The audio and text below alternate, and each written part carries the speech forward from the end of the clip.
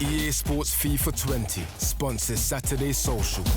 This is the part of the show where we look at what grabbed our attention on social media. It's been very Spurs-related in recent weeks, Craig. I'm pleased to say... 3 weeks in a row. It's not Spurs this week, it's about Arsenal. It's been negative for weeks about Tottenham, hasn't it? Now it's negative about Arsenal because they started the week in ugly fashion, didn't they? That 1-0 loss away at Chris Wilder's Sheffield United. Sheffield United came out on social media afterwards, hammering Arsenal Twitter, obviously, who are so busy. Just tweet a W.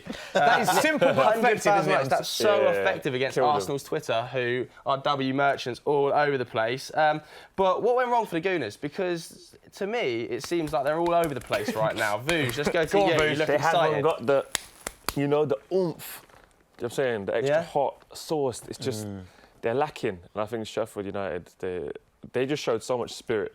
And what I love about Sheffield United is that they play forward when they get the ball and they make space really quickly for each other. And you can see they're really in tune as a team, and that's great coaching. Arsenal couldn't handle them, and technically, player for player, I mean, blow them out of the water. But very impressed with Sheffield United. I think they're brilliant. And you look at their defensive record. I mean, they got I think they're joint first, only 7 goals conceded this season, which is incredible. They've come up, promoted, very organised. They don't score a lot of goals. They're just well drilled, aren't they? Yeah, they shut up shop. Bramall Lane. Yeah, it just looks throwback like a stadium. real stadium. Do you know what I'm saying? It's a proper stadium. A real stadium. Yeah. And you mentioned the defensive positives for Sheffield United, Craig. Let's talk defensively for Unai Emery. 2 clean sheets, 24 away games. I mean, there's big issues at Arsenal defensively, do you think? Is that the biggest issue they need to address, do you think? Yeah, but then he does things that I don't understand as a manager. Like, the fullbacks, he played, what was it, Kolasinac and Chambers, I think it was. When he was dropped for that one, but Tierney was dropped and so was Bellerin. Victoria. Then they played them exactly in midweek in the Europa League. I don't understand that. Centre-halves, David Luiz, is he much better than Mustafi now? Not really, marginally. I don't think they've addressed things. I don't think he knows his best back four still. I don't think he knows his best 11, like I said earlier. And I think as a manager in the Premier League, at a top club like Arsenal, that's a massive problem. Other thing we need to talk about, Patrice Evra, brilliant guest on Monday Night Football, and he was very vocal about Arsenal. This is what he had to say. But I'm not surprised about Arsenal, and I tell before the game to make sure they don't fall out the trap. But I used to call them my babies 10 years ago, and they still, when I look at them, my babies. And that's the truth. And, you know, I'm not being disrespectful when I say that. It's just the feeling I got with this team. Vuj, strong words from Evra, and a lot of people had their say after that. My babies, he referred to that. I like it. Harsh or fair from Evra? I think that's very fair. You do? Yeah, because I was sort of saying they haven't got the... I don't want to use like wrong words on TV, but you need to have a bit of oomph about you. Yeah. I think Arsenal have always lacked that. They're like a London club. They all look like they use too much hair gel in general. You know Nothing wrong with that, Vuj. I love my vegan... My vegan friends are great. Hector's the captain and he's, you know... I know he likes plants. And, like, I respect it. But Sheffield, you go to Sheffield United with that mentality, you're losing. You've got to go to war. They're not warriors. They ain't got hunger. United. I feel like the fans aren't behind Unai Emery particularly either. No.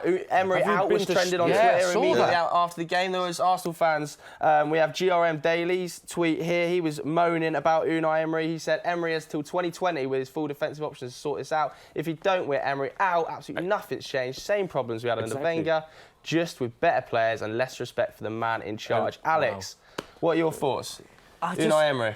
I think with Arsenal, it's always like they never, ever fix anything. They have transfers every single time they bring in. It's like a new winger, and then he ends up being just like another Walcott. And then it just kind of ends up going that way. Where they've always got like these young players coming in, but the managers, like, after Wenger, I was looking at comparing the record. And isn't his record now worse? Yeah, it's worse. Well, Wenger's last 47 I've got it here, actually. versus his first 47. Yeah, Wenger's last 47, as you said, compared to Emery's first 42nd. Emery has less wins, less goals scored and more goals conceded.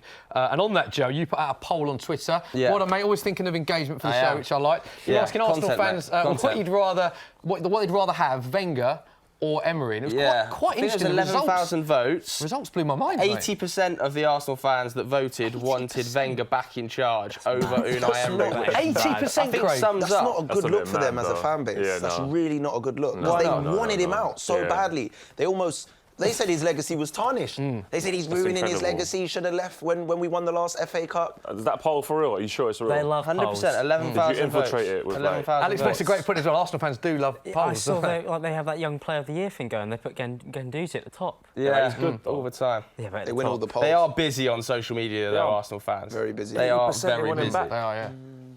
I find it interesting, though, that tweet, where that clip of Everett, and he says, no disrespect. I'm thinking that is the most disrespectful thing. They're my babies. Like, it's so patronising. That is and we've got to talk about Mesut Ozil as well, because it's... Yeah, cool. What is going on with Mesut Ozil? Not in the squad for Sheffield United, not in the squad against Victoria, and he tweeted this. Now, this was after the Sheffield United game, before Victoria. Craig, what do you make of this? Because we can't categorically state we know what this is about, but it's just you make me laugh. But given the circumstances, do you think this is a dig at the management? What do you... 100%. 100%. And we've seen players do this before. I remember when Mourinho left and Pogba tweeted something and they said, no, it's an Adidas, it's a sponsored, or there are other brands out there. It's a sponsored tweet. Whatever. They know what they're doing. They're perfectly timed, these tweets. And Mesut Ozil, I think I saw a clip of him on the training ground and him and Emery having words. Did you see that? Yeah. And it looked a bit frosty. So unless something really makes him laugh, and maybe. He just saw something. He's like, that made me laugh. He said you though. Who's he talking about? That's a person. You make me laugh. He was watching the defenders train. Good. Shots. Unnecessary shots. But good. Alex, finally, can you see Ozil staying long-term at Arsenal? Do you think they will... I feel like he's already gone.